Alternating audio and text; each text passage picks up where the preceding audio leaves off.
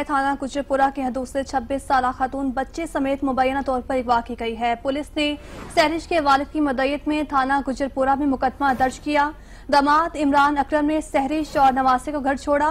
वालिद ने आधे घंटे बाद दोनों घर से मुबैना तौर पर गायब हो गए।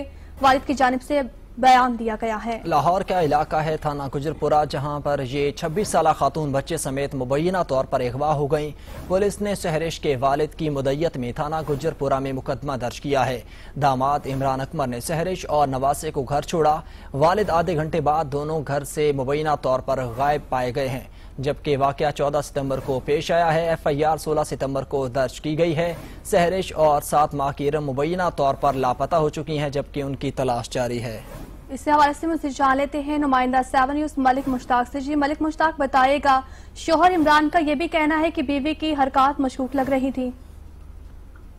जी बिल्कुल, क्योंकि ये गुजरपुरा का वाकया है कि सहरिश नामी खातून अपने 7 माह के बच्चे के साथ जो है अगवा हुई और उसके वालिद की मदय्यत में ये इसका मुकदमा दर्ज कर लिया गया है। लेकिन शोहर ने ये कहा है कि कुछ दिन से उसकी बीवी की हरकत जो है वो मशकूक थी।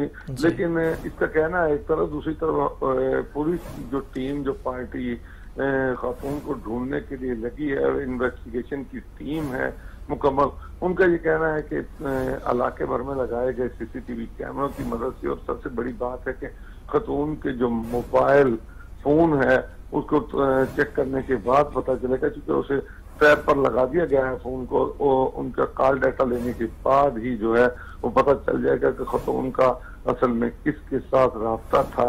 बहरहाल जो भी हो, इस वक्त तक मुकदमा जो है वो दर्ज कर लिया गया है। मुकदमा दर्ज कर लिया गया है। मलिक मुश्ताक, बहुत शुक्रिया आपका।